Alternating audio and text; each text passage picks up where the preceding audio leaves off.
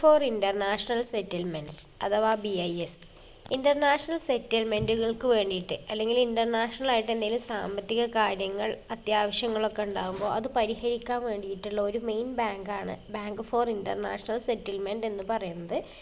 നമ്മൾ നോർമലായിട്ട് നമ്മുടെ നാട്ടിലൊക്കെ എങ്ങനെയാണ്, ബാങ്കുകൾക്ക് എന്തെങ്കിലും ആവശ്യം വന്നാൽ അവർ സെൻട്രൽ ബാങ്കിനെ അപ്രോച്ച് ചെയ്യൂലേ. ഇത്തരത്തിൽ എല്ലാ രാജ്യങ്ങളുടെയും സെൻട്രൽ ബാങ്കുകൾക്ക് എന്തെങ്കിലുമൊക്കെ പ്രശ്നം വന്നാൽ അവർ അപ്രോച്ച് ചെയ്യുന്നതാണ് ഈ ഒരു ബാങ്ക് ഫോർ ഇൻ്റർനാഷണൽ സെറ്റിൽമെൻറ്റ് അല്ലെങ്കിൽ BIS എന്ന് പറയുന്നത്. ഇത് സെൻട്രൽ ബാങ്കുകളുടെ ഒരു ബാങ്കാണ്. ഓക്കെ, അതാണ് ഇതിൻ്റെ ഒരു ബേസിക് ഇൻട്രൊഡക്ഷൻ എന്ന് പറയുന്നത്. ഈ ഒരു ഇൻ്റർനാഷണൽ സെറ്റിൽമെൻറ്റ് അഥവാ BIS സ്റ്റാർട്ട് ചെയ്തത് 1930-ലാണ്. അതിൻ്റെ ഓണർഷിപ്പ് വ്യത്യസ്ത രാജ്യങ്ങൾക്കാണ് ഉള്ളത്. ആ വ്യത്യസ്ത രാജ്യങ്ങളിലെ സെൻട്രൽ ബാങ്കുകൾക്കാണ് ഇതിൻ്റെ ഓണർഷിപ്പ് ഉണ്ടാവുക. മെമ്പർ സെൻട്രൽ ബാങ്കുകളുടെ ഒരു ബാങ്കായിട്ടാണ് BIS പ്രവർത്തിക്കുന്നത്. International monetary and financial stability and financial corporation ഉറപ്പുവരുത്തുക എന്നുള്ളതാണ് ഇവരുടെ പ്രധാനപ്പെട്ട റോള്. അന്താരാഷ്ട്രപരമായിട്ട് മോണിറ്ററി ആൻഡ് ഫിനാൻഷ്യൽ ആയിട്ടുള്ളൊരു സ്ഥിരതയും അതുപോലെ തന്നെ സാമ്പത്തിക കാര്യങ്ങളൊരു കോപ്പറേഷനുമാണ് ഉറപ്പുവരുത്തുക എന്നുള്ളതാണ് ഇവരുടെ പ്രധാനപ്പെട്ട റോള്. BIS സ്ഥിതി ചെയ്യുന്നത് സ്വിറ്റ്സർലൻഡിലെ ബേസലിലാണ്. പിന്നെ അതിൻ്റെ റെപ്രസെൻറ്റേറ്റീവ് ഓഫീസുകൾ ഹോങ്കോങ്ങിലും മെക്സിക്കോ സിറ്റിയിലും നിലനിൽക്കുന്നുണ്ട്.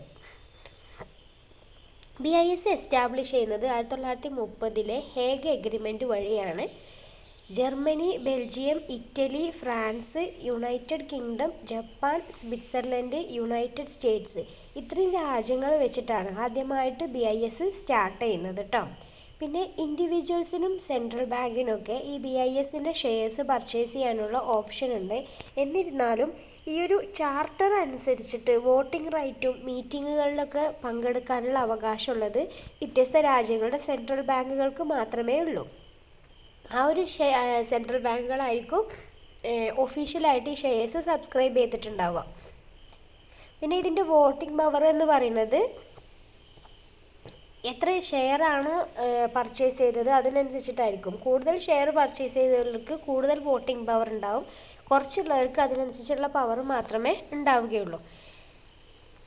പിന്നെ ഈ ഒരു ബാങ്ക് ഫോർ ഇൻ്റർനാഷണൽ സെറ്റിൽമെൻറ്റ് എന്ന് പറയുന്നത് ശരിക്കും ഒരു ബാങ്കായിട്ട് തന്നെയാണ് ഇത് ഫങ്ഷൻ ചെയ്യുന്നത്. മറ്റ് അന്താരാഷ്ട്ര സാമ്പത്തിക സ്ഥാപനങ്ങളുമായിട്ട് ബാങ്കിങ് ആക്ടിവിറ്റീസിൻ്റെ കേസിൽ BIS മത്സരിക്കുന്നുണ്ട്. പിന്നെ ഇവരുടെ ക്ലയൻറ്റ് എന്ന് പറയുന്നത് പ്രധാനമായിട്ടും വരുന്നത് സെൻട്രൽ ബാങ്ക്, വ്യത്യസ്ത മെമ്പർ കൺട്രീസിൻ്റെ സെൻട്രൽ ബാങ്കാണ് ഇവരുടെ പ്രധാനപ്പെട്ട ക്ലയൻറ്റ് എന്ന് പറയുന്നത്. പക്ഷേ ഒരിക്കലും ഇത് ഇൻഡിവിജ്വൽസിനും ഗവൺമെൻറ്റിനൊന്നും കറണ്ട് അക്കൗണ്ട് മെയിൻറ്റെയിൻ ചെയ്യില്ല. പകരം പ്രീമിയം ഓഫേഴ്സ് ആയിരിക്കും അല്ലെങ്കിൽ പ്രീമിയം സർവീസസ് ആയിരിക്കും ഓഫർ ചെയ്യുന്നത്. ഈ പ്രീമിയം സർവീസിനൊക്കെ ഇൻവെസ്റ്റഡ് ഫണ്ടുമേ ഹൈ റിട്ടേൺസും ഇവർ പ്രൊട്ടക്റ്റ് ചെയ്യുന്നുണ്ട്. സെൻട്രൽ ബാങ്കുകളെ അട്രാക്റ്റ് ചെയ്യുക എന്നുള്ളൊരു ലക്ഷ്യമാണ് മെയിനായിട്ട് ഇവർക്കുള്ളത്. പിന്നെ ഇവർ ഹൈ ലെവൽ ഓഫ് ഇക്വിറ്റി ക്യാപിറ്റലും റിസർവും ഒക്കെ മെയിൻറ്റെയിൻ ചെയ്യുന്നുണ്ട്. അത് വ്യത്യസ്ത പോർട്ട്ഫോളിയോസിലൊക്കെ ഇൻവെസ്റ്റ് ചെയ്തിട്ട് നല്ല രീതിയിൽ തന്നെ റിട്ടേൺസും ലഭിക്കുന്നുണ്ട്.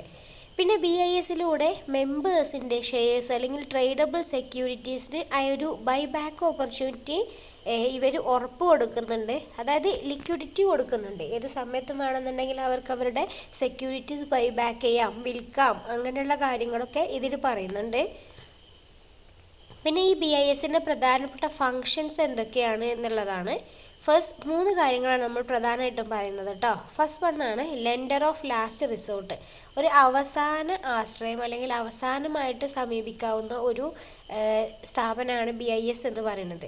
വേറെ എവിടുന്നും സാമ്പത്തികമായിട്ടുള്ളൊരു പരിഗണന അല്ലെങ്കിൽ ആവശ്യം നിറവേറ്റാൻ പറ്റിയില്ല എന്നുണ്ടെങ്കിൽ അവസാനമായിട്ട് സമീപിക്കാവുന്ന ഏറ്റവും ഇമ്പോർട്ടൻ്റ് ആയിട്ടുള്ള നമുക്ക് കിട്ടുമെന്ന് ഉറപ്പുള്ളൊരു സ്ഥലമാണ് BIS എന്ന് പറയുന്നത്.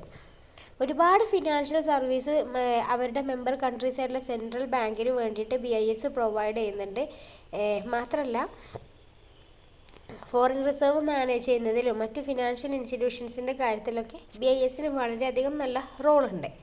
പിന്നെ അടുത്ത് പറഞ്ഞതാണ് BIS organisers workshop and seminars focused on international financial issues through the financial stability institute. Financial stability ഇൻസ്റ്റിറ്റ്യൂട്ടിലൂടെ അന്താരാഷ്ട്രപരമായിട്ടുള്ള സാമ്പത്തിക പ്രശ്നങ്ങളിൽ വർക്ക്ഷോപ്പും സെമിനാറുകളൊക്കെ സംഘടിപ്പിക്കാൻ വേണ്ടിയിട്ട് BIS പ്രവർത്തിക്കുന്നുണ്ട്.